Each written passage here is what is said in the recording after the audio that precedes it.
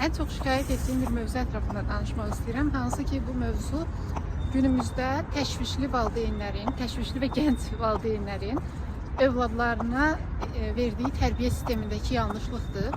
Hansı yanlışlıqdır? Övladlarını daha çox ərköyün böyüdüdülər. Necə ərköyün? Yəni bizim el dilində desək, hamını başa düşdüyü dildə ərköyün böyütməyə çalışırlar. Yəni o nə istəyirsə, mən bunu etməliyəm. Uşaq bunu istəyirsə, bunu etməliyəm. Uşaq məndən sevgi istəyirsə, mən ona yetərincə sevgi vermirəm, daha çoxunu göstərməliyəm. Yəni belə sadə dildə desəm, uşağın ehtiyaclarından daha üstün bir şeyi ona verməyə çalışırlar. Və nəticədə uşaqda özü ilə bağlı təsəvvürləri çox geniş olur və yanlış təsəvvürlər olur. Məsələn, mənim bacarıqlarım 5 üzərindən 4 səviyyədə dəyərləndirilirsə, bunu mənə yansıdanda 5 üzərindən 5 yansıdırlarsa, mən özümü elə dəyərləndirirəm ki, deməli mənim 5 bacarığım var. Tutaq ki, boyu balaca olan bir uşağa sənin boyun çox hündürdür deyə təlqin eləyəndə o uşaq öz təsəvvüründə özünü hündür təsəvvür eləyir. Düşünün ki, uşağın özünə biz yanlış tanıdırıq. Sənin bacarığın bu qədər yüksək səviyyədədir, həddindən artıq onu tərifləyirik. Onun gördükləri işlərdə təqdir edirik yersiz yerə və nəticədə uşaqda özünlə bağlı təsəvvürlər çox yanlış şəkildə şəkillənir. İndi siz düşünün ki, bir insanın özü ilə bağlı təsəvvürü yanlış olanda onun gələcəyi necə ola bilər? Gələcəkdə hansı problemlərlə üzləşə bilər? Çünki gözümə düşür. Gələcəkdə hansı problemlərlə üzləşə bilər?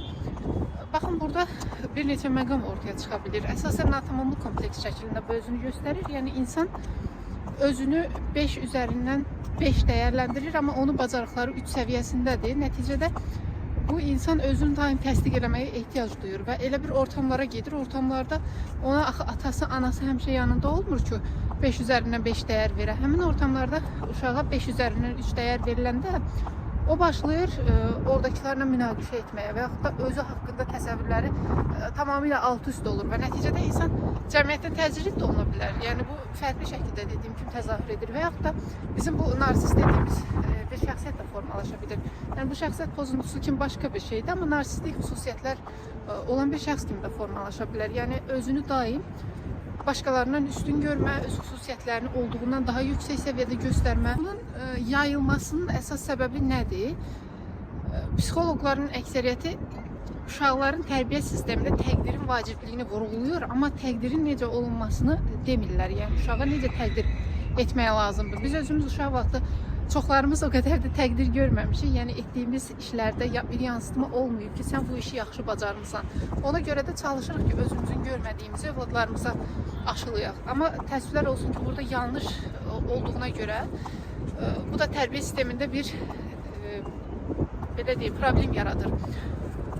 Bəs biz təqdiri uşaqları necə eləməliyik? Məsələn, biz uşağın hər addımında, hər yemək yeyəndə, təbii ehtiyaclarını qarşılayanda yersiz yerə hər dəqiqə onu təqdir ediriksə, onu xarici görünüşünə görə, ay sən hündürsən, sən balacasan, sən şirinsən, sən yaraşıqlısan, sən gözəlsən, davamlı formada ona belə sözlər deyiriksə, xarici görünüşünə bağlı da və bu uşaqda narsistlik xüsusiyyətlərin yaranma ehtimalı yüksəkdir və yaxud da ümumiyyətlə natamamlı kompleksi formalaşır və natamamlı kompleksi də həmin insanda fərqli şəkildə təzahür edir və yaxud da özgüvən əksiliyi ola bilər gələcəkdə.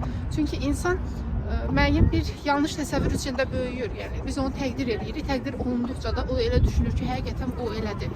Və bir gün gəlir, o reallıqla üzləşir. Məsələn, hansısa bir ortama gedir və o ortamda başa düşür ki, o qədər də gözəl deyil. Mən qızıma sən gözəlsən, sən hamıdan yaxşısan, hamıdan qəşəngsən deyirəmsə, o bir gün gələcək ki, elə bir ortamda olacaq, özündən daha gözəllərini görəcək.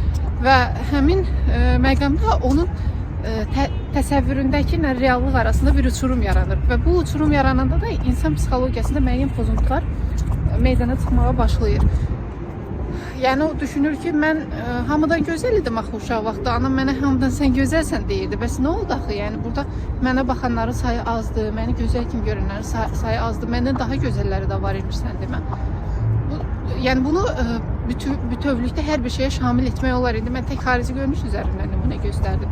Siz də övladlarınızı təqdir edərkən çalışın ki, xarici görünüş üzərindən onları o qədər də belə deyim, irəli çəkməyin. Yəni gözəl qızsan sözünü demək olar, amma yerli yerində və yaxud da sən yaraşıqlı olansan, sən hündür olansan, Bunu davamlı formada deməyəsən, ən gözəlisən deyib onu kimlərləsə müqayisə edib üstün çıxarmayın.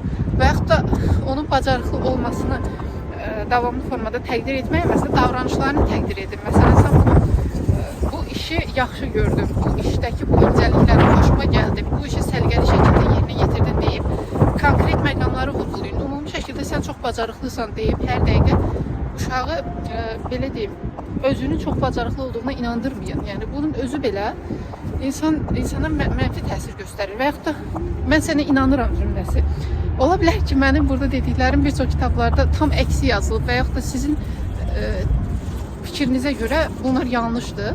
Amma mən real təcrübələr əsasında danışıram və insan xarakterində bunun canlı nümunəsini görmüşəm. Bir insana sən bacarıqlısan, mən sənə inanıram cümləsini hər zaman demək, temperament tipindən və digər xüsusiyyətlərdən asılı olaraq insanda fərqli bir xüsusiyyət formalaşdıra bilər. Məsələn, əgər bir uşaq təşvişlidirsə, gələcəyi çox düşünürsə, mükəmməliyyətçi bir ortamda böyüyübsə, ona sənə inanıram, sən bacararsan, mən bilirəm ki, sən bunu edə bilərsən sözünü demək onda daha çox təşviş formalaşdırır. Buna görə də müsbət motivasiya etdiyiniz fikirlərə də xüsusi diqqət yetirin. Təqdir zamanı da hər şeyi yerli-yerində etmək vacibdir. Və dediyim kimi, xarici görünüş üzərindən yox, daha dərin xüsusiyyətlər üzərindən və davranışlar üzərindən təqdir etmək övladınızı daha sağlam bir şəxsiyyət kimi formalaşdırılmasına köməklik göstərir. Belə bu mövzu ilə bağlı ətraflı bir sualınız, fikirləriniz varsa, onu da qeyd edə bilərsiniz. Övladınız varsa və onunla bağlı sualınız varsa, onu da aşağıda qeyd edə bilərsiniz. Çox sağ olun izlədiyiniz üçün təşəkkür edirəm.